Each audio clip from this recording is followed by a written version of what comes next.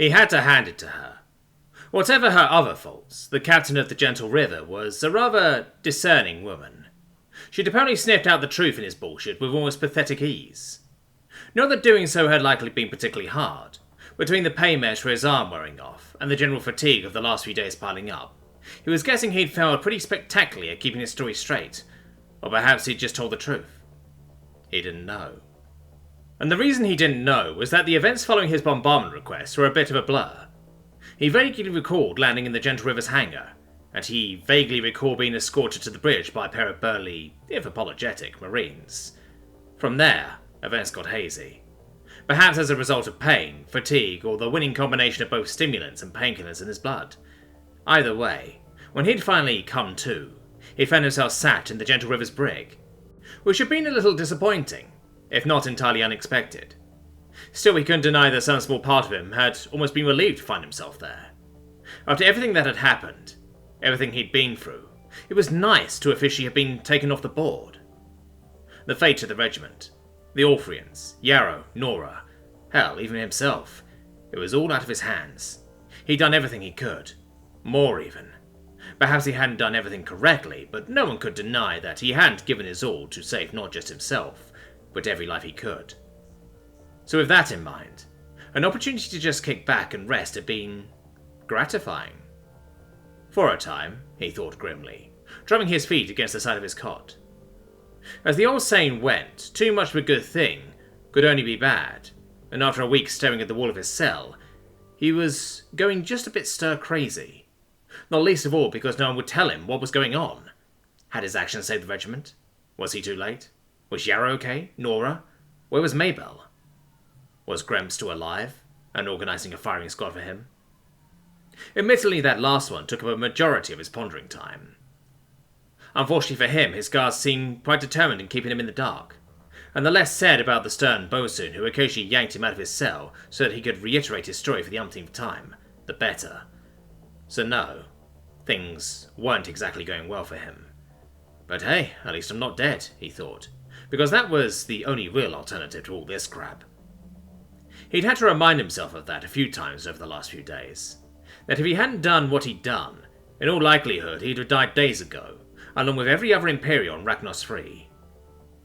He was just about to start yet another repetition of his rendition of 5 green bottles, mostly to annoy the guards who stood outside the surprisingly low-tech bars of his cell, when he heard the distinctive sound of the heavy-duty security doors to the brig section opening. "Come to hear my gripping tale of heroics once more, dear bosun?" he called out, perhaps seeking new clarity on my opinion on the unlikelihood of the morphology of my dear Colonel's bosom. Perhaps some part of him should have felt bad about speaking of his dead commanding officer in such a way, but after being stuck in a prison cell for a week, he found he just didn't give a shit. About a lot of things. Truth be told, his question was more a result of his ongoing attempts to get a rise out of the stony-faced women who so often grilled him for details of his adventures on the planet's surface. It was a little odd, wasn't it? For her to have breasts, I mean. Jason's eyes shot open, as he shifted from his upside-down position to look at the owner of the all-too-familiar voice. Frisker stood just outside his cell, looking perhaps a little frazzled, but very much alive. "Well, they were venom sacs, don't you know," he said, trying to feign nonchalance. "Really?" The woman smiled. "I suppose that makes sense." Then the smile slipped away as she turned to the 2 guards stood outside his cell. "Both of you, out, now." The 2 glanced at each other before the one on the left started speaking. "Ma'am, we were given direct orders to, and I've got new orders from your captain here, overriding them." She raised her datapad. "I've got 5 minutes alone with my subordinate here without you chuckafucks listening in." The first guard frowned at that, but after a quick glance at the datapad, obligingly left with her comrade in tow. "Good," Frisker said, as soon as the security door switched shut. Jason went to say something, only for her to cut him off. Wait for me to get this out first." She pulled out what looked like some kind of pen, before clicking it 6 times in an odd sort of staccato. Satisfied, she put it back in her belt. "What was that in aid of, ma'am?" he asked. "White noise generator," she shrugged. "So we can talk without the dear captain listening in." Despite all the other questions he wanted to ask, and there were many, the first thing out of his mouth was, "And why would you need to do that? Hell, why would you even have that?" "To the latter, no good noble daughter leaves home without one. Better to have it and not need it, you know," Frisker grinned before leaning close. "To the former, Well, this conversation needs to be private if I'm to have any chance of convincing the chain of command that you were acting on Clef's orders when you chose to go AWOL." Jason could only stare in open-mouthed surprise. Then the suspicion kicked in. "And why would you do that?" he asked. At that question, a few emotions seemed to flash across the Chavez captain's face. Surprise, irritation, then what he could almost swear was hurt. "Well, aside from the fact that your actions probably saved my life, along with a good number of other people's, I kind of thought we were friends, after a fashion." They were? Jason had no idea what to say to that. So rather than try to untangle it, he chose to instead leap on the question that had been burning away inside his mind since he'd been slung into the cell. "So the regiment survived? The Adixi pulled back?" The look of hurt faded as her expression turned all business. "They did. Took the wind right out of the attackers' sails when their command post and logistics went up in smoke." Jason sighed in relief. He'd known it had been a bit of a risk targeting the Free Alliance Regiment's base camps rather than the attackers themselves, but he'd been worried about hitting the Terran first as well if he'd gone for something more danger close. "Or I might have missed the Alliance troops entirely if they weren't attacking when I sent out the order," he thought. Because his plan had quite literally been a shot in the dark, given that he'd been using hours-old targeting data for the bombardment. If the bulk of the Alliance regiments had moved during that time, they'd have been able to continue their assault on the Terran first at their leisure. Sure, an orbital strike might have given them a little pause of thought, but he didn't doubt they'd have recovered in short order once it became clear the fleet had fired blind. After all, one didn't prosecute the kind of operation they'd been carrying out across the surface of Ragnos Free without some kind of tolerance for risk. Of course, that tolerance for risk had also ultimately been the Alliance's outdoing. By choosing to engage in open warfare rather than the guerrilla actions the Roaches had been doing, they left themselves wide open to an attack from the fleet in orbit, something they'd been relying on their new jamming tech and the planet's weather system to protect themselves against. And it would have worked if some crazy motherfucker hadn't gotten wind of an old shuttle and then used it to deliver those firing solutions by hand, he thought. "Yarrow? Nora?" he asked. "Fine," Frisker replied instantly, clearly having been expecting the question. "Gremp's dead, which I get the feeling you're not too torn up about." He felt a little awkward as she shuffled uncomfortably. He kind of figured, given that Frisker was here and not the woman herself, and she wasn't wrong. Still, he'd known, for all their differing personalities, the two Chavez women had been friends after a fashion. "Yeah, I thought as much," she sighed. "What happened after that?" She shrugged. "On our end, not much. Sure, we'd seen what had happened, but we were still pretty badly mauled by the fighting ourselves. Gremp was down, the regiment was in shambles. Deebs, we were down to fighting from building to building, most of which were on fire when the horizon lit up." Jason nodded. He could well imagine that. "I'll just say that it was fortunate that your attack forced the Guppies to pull back. For a while there, it was bad." She eyed him intensely as she spoke, genuine gratitude in her eyes. "So, thank you for that, Jason. From the bottom of my heart, thank you." Which of course only served to make the man feel down uncomfortable. Saving the regiment hadn't been his primary objective after all. It had been incidental. Saving his own ass, and hopefully Yarrow and Nora's, had been his primary goal. Fortunately for him, Frisker chose to continue on with her story rather than dwell on praising him for actions he definitely didn't feel deserved praise. "Even after the aquatic cunts pulled back though, we weren't in any state to go anywhere." She leaned her head against the bars. "Luckily for us, Clef was still looking out for us from beyond the pyre. One of the skimmer scouts she sent out when all this shit went down made contact with the fleet. To hear them tell it, they've been playing tag with the Alliance and Roach forces around the funnel since this whole thing went down. Hell of a thing. Well, once the jamming dropped, courtesy of your bombardment, they called in an orbital strike on those assholes around the funnel. Wiped them out in short order." Jason nodded. Frisker was right. That sounded like a hell of a story. From there, it was just a matter of getting our people to limp to the nearest funnel so we could shuttle our way off that shithole. A feat which took nearly 3 days given our situation. Jason cocked his head. 3 days? That meant that he'd been rotting away in this cell for nearly 4 days, with Frisker likely on the same ship. "Then why?" She raised her hand, cutting him off.